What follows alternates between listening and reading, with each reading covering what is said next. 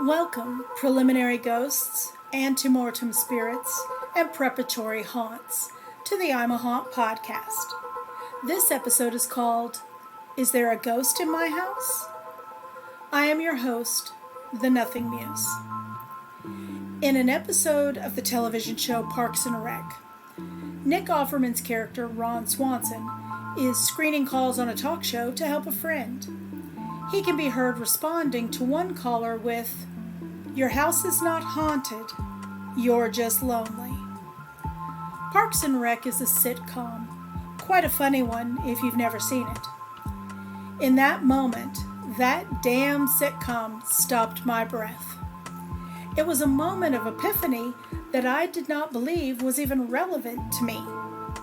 I don't believe my house is haunted.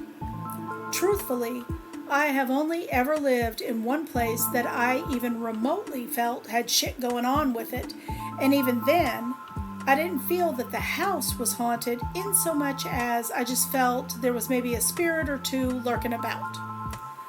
I also felt that I had never grappled with loneliness, so I couldn't quite explain why the line struck me like it did, but it did.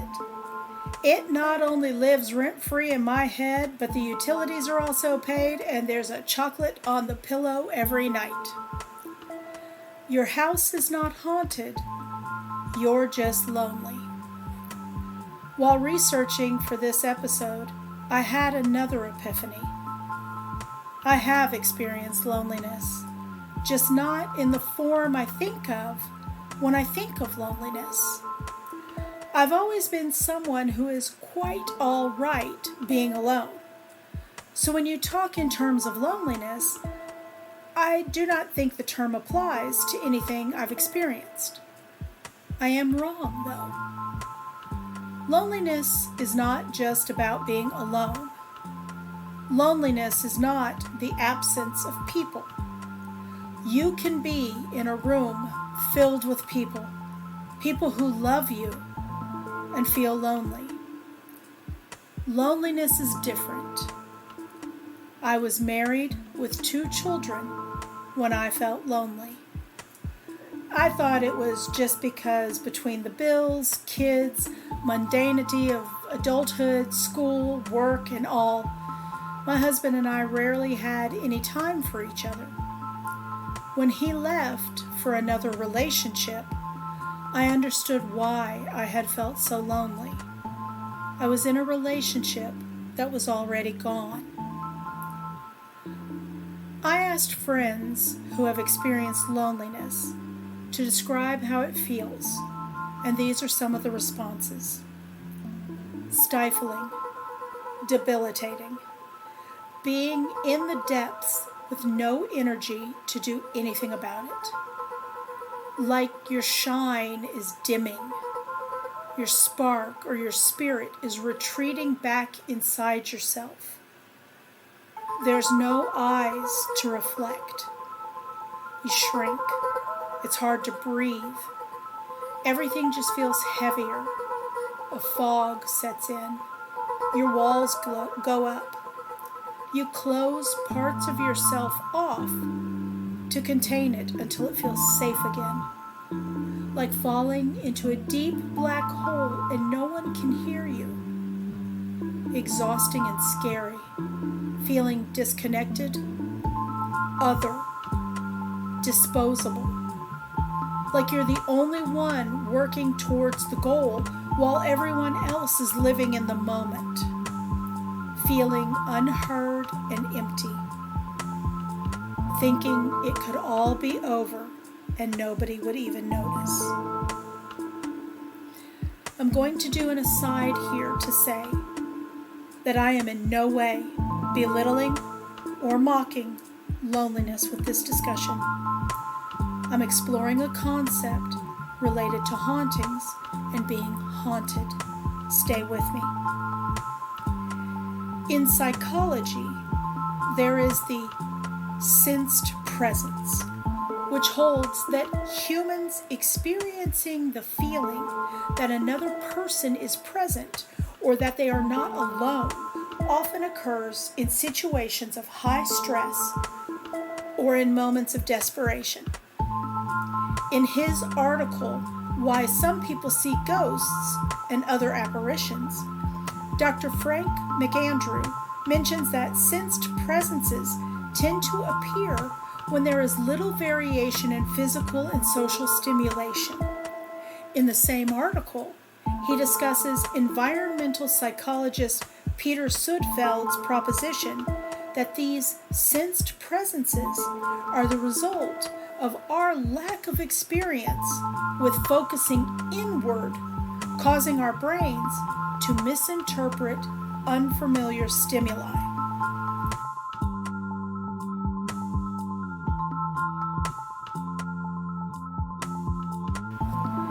Loneliness, routine activities and environments, and periods of social isolation could set the stage for the sensed presence. Studies have indicated that a large percentage of widowed elderly individuals have experienced seeing their departed partner as a ghost or hallucination. Dr. McAndrew posits that the combination of loneliness from losing a long-term partner, the subsequent isolation that many widowed individuals experience, and the high stress level of grief could produce the biological conditions that trigger quote-unquote visits from their partner. Reading the words and phrases my friends used to describe how loneliness feels, I see a parallel in what it must feel like to be a ghost. Being in the depths with no energy to do anything about it, like your shine is dimming. There's no eyes to reflect. You shrink. It's hard to breathe. Everything just feels heavier. A fog sets in, like falling into a deep black hole and no one can hear you. Exhausting and scary. Feeling disconnected, other, disposable. Feeling unheard and empty. Thinking it could all be over and nobody would even notice. Think about movies you've seen with ghosts. There are many that involve spirits throwing things, banging things around, stomping feet. Is that because they're unheard? They're in that deep black hole, disconnected and down in the depths?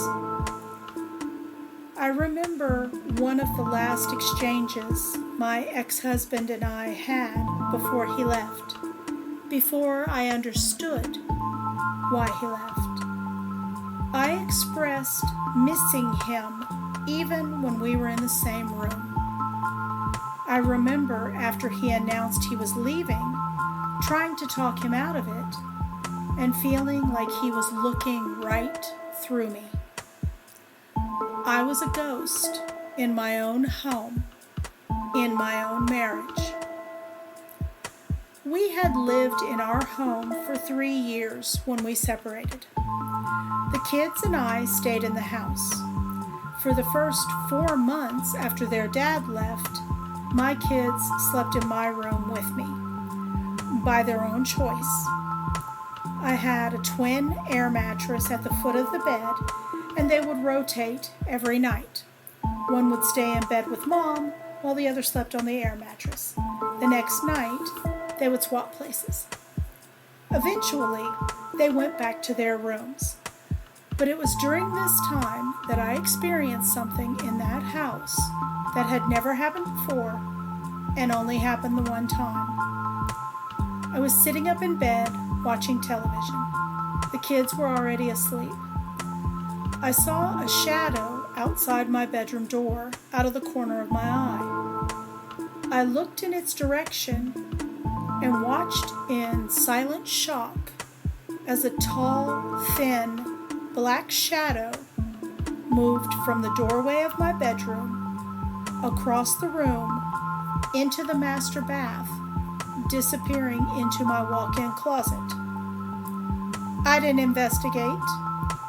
I knew whatever it was gone. I didn't want to wake the kids. I chalked it up to me being exhausted from grief, stress, and lack of sleep. At some point, I fell asleep. I woke up a few hours later, in the dark, kids still sleeping, dog asleep on the floor. No noise. I woke up because I felt like I was being watched. My eyes were adjusting to the darkness when I felt it next to my face. I didn't look towards it, but somehow saw it clearly. It was the black shadow again. This time, it was standing right next to my bed, bent down so its head was next to mine, to whisper into my ear.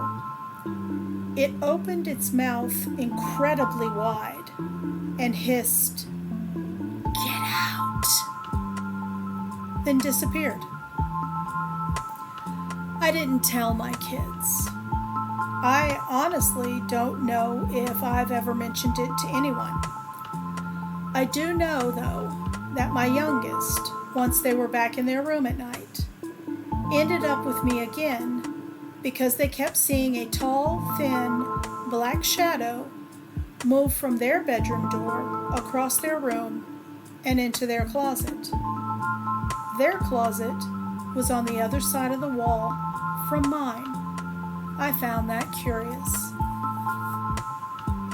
I was stressed about trying to carry a mortgage, bills, and the care of 2 kids all on my own.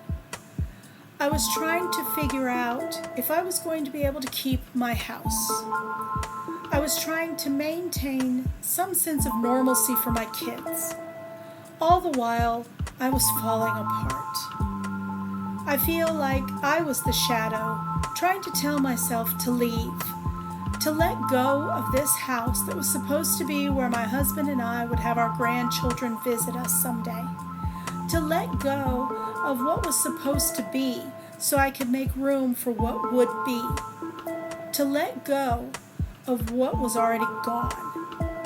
The shadow freaked me out, but never scared me enough to make me leave. I gave my youngest power over their fear by asking them what they wanted to do to take back their room from the shadow. We smudged the room and spoke some words of cleansing. I let the child speak their mind about it. I was open and told them that I didn't believe that the house was haunted, but that I believed they believed it was. Our efforts proved successful, and none of us had any shadow issues again. We remained in the house for 5 more years before selling it. I spent the last night in the house alone with just an air mattress and my laptop.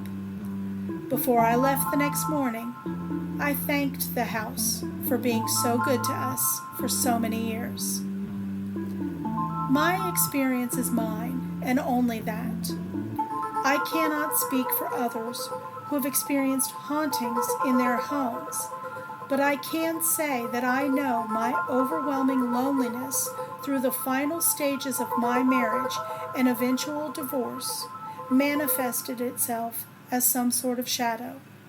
Whether I was seeing things from exhaustion or it was truly there, I cannot say. Dr. McAndrew touched on a finding from a study done by Kristen Barnes and Nicholas Gibson that found that individuals who had paranormal experiences scored higher in empathy measures. In a similar article that he wrote almost 10 years later, McAndrew quoted sociologist Christopher Bader as saying, quote, "The first requirement for there being a ghost in the house is someone believing there's a ghost in the house," unquote. Humans, even after centuries of evolution and development, still retain some of our primitive DNA and muscle memory. Fight or flight response, or agency detection, being one of the most prevalent. Anyone who has ever been in an unfamiliar location, maybe after dark, and alone, has experienced their primitive fight or flight response. It's the hair standing up on the back of your neck, the feeling of eyes on you even though you cannot see anyone, the prickling of your skin. In his article, New Psychology Study Sheds Light on Mysterious Feelings of Presence During Isolation, Eric W. Dolan posits that a person primed to expect someone is watching might have an involuntary bodily response to that stimuli, which the brain could then interpret as a presence or ghost. We are hardwired with the fight or flight response. Most of us err on the side of caution and assume there is something to it because to ignore it could be deadly. Dolan suggests that it is this bias towards self-preservation that could be at the center of sensed presence, especially in situations where one feels vulnerable. Looking back on my experience, I tick the boxes.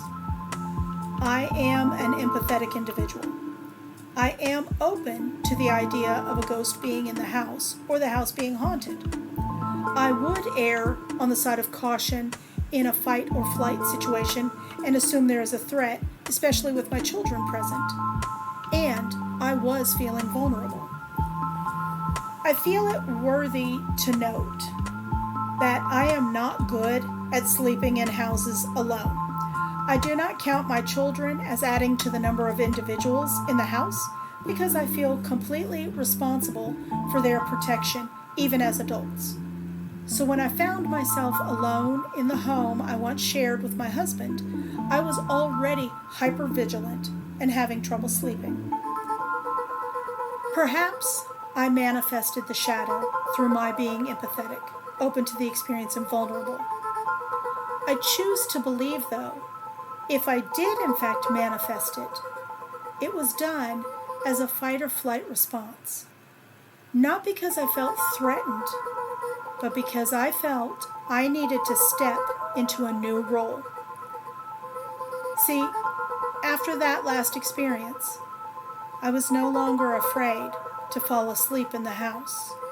I took control of my feelings on my new situation and blossomed in this newfound strength. Everyone is different, and loneliness is different for everyone. Experiencing loneliness does not mean that someone will see a ghost, feel their house is haunted, or endure sensed presence. For those, though, that do, there are communities out there who believe what you are experiencing is real, and that there are real psychological and biological reasons for the experiences. Humans are, for the most part, social creatures. We need community and fellowship to thrive. If you are experiencing loneliness and believe there to be a sensed presence lurking, make a pot of tea or coffee or cocktails, whatever your pleasure. Set the table and invite the ghost to have a seat. Even if it is your subconscious exploring your inner mind, triggering the sensation, welcome the company. And know that, even in loneliness, you are never alone. If you are experiencing loneliness or isolation, there are some excellent groups and organizations out there that could provide help. Please consider reaching out to NAMI, the National Alliance on Mental Illness, the Foundation for Social Connections Action Network, and even meetup.com. To all the ghosties tuned in out there, thank you for listening. And remember, if I know nothing else about what happens after this life, I do know this. I'm a haunt.